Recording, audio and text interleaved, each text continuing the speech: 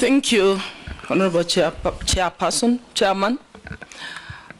My concern is still on West. You know, West is a nuisance. I'm wondering what mechanisms or interventions you intend to employ to address the menace of West, so that we convert it from being a nuisance to a resource. Recycle, reuse, produce, regenerate energy, name it, because it is a real issue. Outline for us those interventions that you will employ. Secondly, I want to pick it from the question that was asked by Honorable Mbui on corruption. You've said yourself, corruption is killing our country. And I remember when we interviewed you on your first nomination, we still raised this issue of corruption in recruitment of officers to KDF. And you promised us here that you're going to deliver. But Honorable Duale, I put it to you that you disappointed the country. During that time, the amount that was being paid was between 300 to 400. But during your time, you presided over an increase from now 300 to 400 to 700 to 1 million. And as representatives of the people, our constituents report this to us. At some point, even efforts to reach you were not fruitful. You could not pick our calls. So now, my question is, why should we trust you?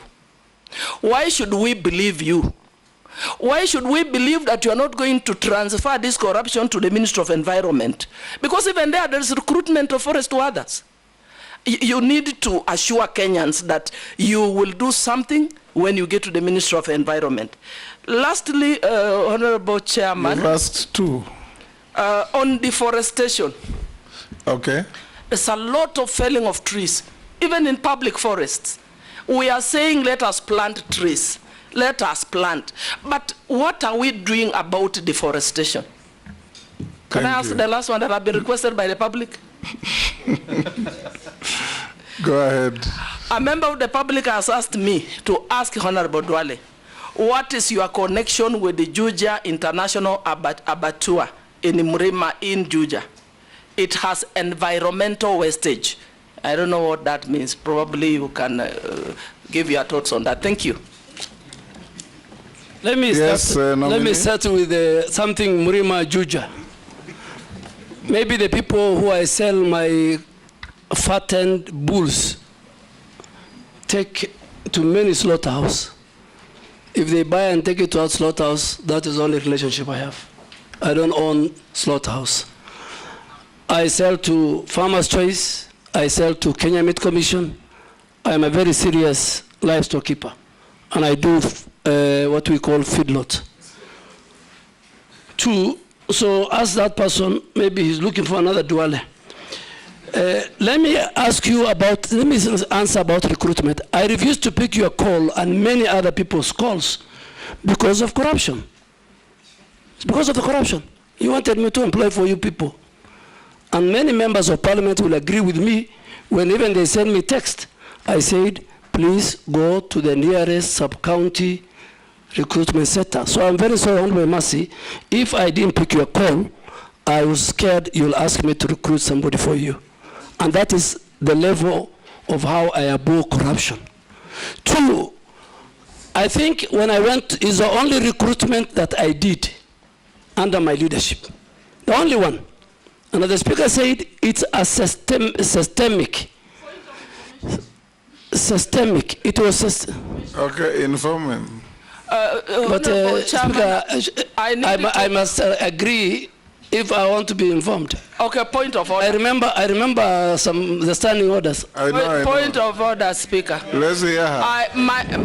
My call. Honorable Speaker, I was calling the Honorable CS to seek clarification with respect to the concerns guidelines for one to be recruited. Somebody who is successful, he has already reported and is being chased away. I wanted it to secure that law so that my constituents do not lose it as a representative of the people of Texas. Mr. Speaker.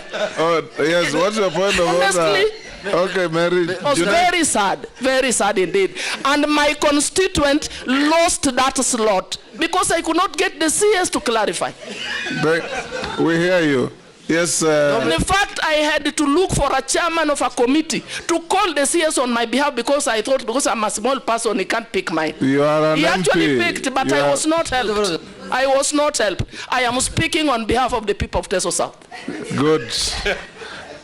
But you are vetting him on behalf of Kenyans. Yes. Yes, on behalf of Kenyans. Yes. And it did not only happen to Teso South. Many Kenyans were returned from the training camp.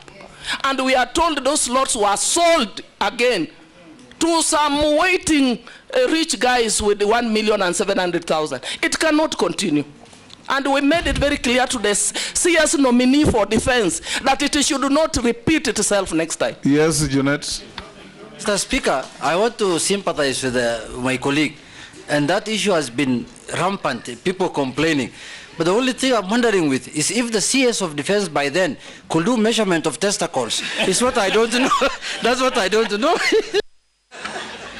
Mr. Speaker, let me, because it's Mr. Speaker, let me make it very clear. Yes. That the grounds given for the rejection of that recruit from Teso South is valid. Next year, if such a person comes, he will not be recruited into the Kenya Defense Force. Mr. Speaker, Kenya Defense Forces recruitment is different from the recruitment of the police. When people go are recruited at the sub-counties and they come, a very serious medical checks takes place. A number of people are sent because of medical ailments. And I think the former Vice Chief of Defense... unequal testicles ailments. Yeah, there were people... Women can know that, Chair. Mr. Speaker, I think, if you allow me to finish, there are many. The testicles I don't want to go into is one of them. There are many, and the chairman of defense will agree. They measure... Point of order. Let me finish before the point of order. Mr. Speaker, there are many colleagues, there are many leaders who sent me why their person has been changed. And in 10 minutes, the leadership of KDF could give me 1, 2, 3, 4 reasons, measurements including.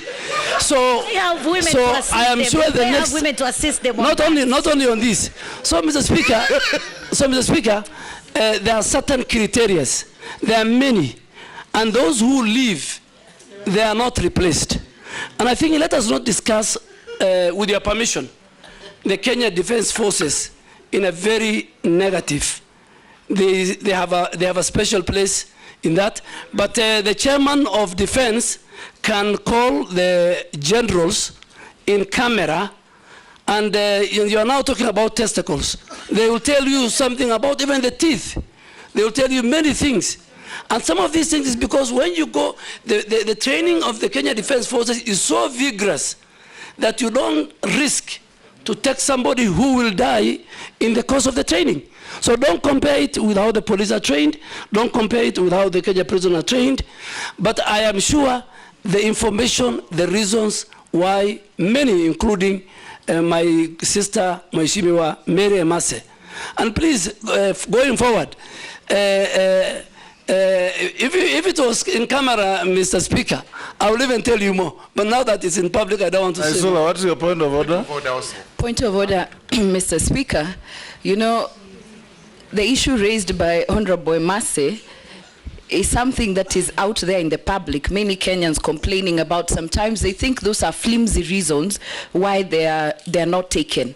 And I could understand maybe someone has squinted eyes because of shooting and, you know, flat foot, maybe because of running.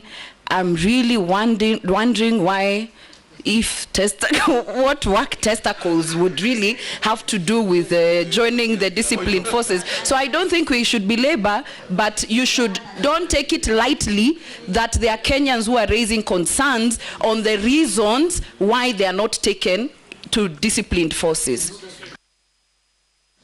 Point of order. Yes, thank you Mulugara. very much, Mr. Speaker, sir. With tremendous respect to Honorable Duale, and let the army hear this, it's very important. We know the historical background of the set pieces that were given in army recruitment, including teeth. It is there to bite bullets at a certain point in time in history. Today they do not bite bullets. That's why you hear that saying, you will have to bite the bullet, because the Indians were refusing to do it. So you had to have teeth so that you could bite the bullet. We required tall people so that they would see enemies from a distance. Today you don't have to do that, because if that was the case, the Chinese and the Japanese would have a challenge. Eventually such things became disqualified. I think the whole code needs to be revised so that we do not have human rights abuses. But they are not even abuses, they are excuses that the army is using so that it is able to bar some Kenyans from joining the forces, and as we are saying, so that other people can actually get the slots. So surely the army must open up on this. Point. Thank you. Let's not escalate this. Okay. For avoidance of doubt, Honorable Duale, I also have a child who was sent away for exactly the same reasons as Mary Masses. Your Excellency, I think just to give the way forward. Not my child, Because Your but not Excellency- my son, but a child in my neighborhood. Your Excellency, Yes. Speaker, you have, because of And the... you remember I told you yes, about it. yes, I think the leaders are raising very good value. Yes, Dawood, what is it? You know, we have talked about men only, but even women are discriminated against. When they do a test, pregnancy test, they do not have anything. But once they go there, I don't know where it comes from, they have a pregnancy. And it's not true. Anyway, Yes, let the nominee Chair. answer the question, Yes. and we move to something else. Yes, Mr. Speaker, I think because the leaders are raising very important and they don't have the information, Mr. Speaker, under your direction, we have a very robust, good leader, head of the military health department called Major General Nganga, through the chair of defense. I think you can call him to Akamkunji and he lists the conditions which disqualifies. I think because what the leaders are raising is public knowledge. Even I think they should even go to the media and they should sensitize the public, and I think is something we have discussed. Focus on your environment. So, no, let me go to, I'm no longer there, so Yes. yes, next minister will deal with it if approved. Yes. Speaker, Honorable Dawood talked about waste management. Waste Yes. management is a serious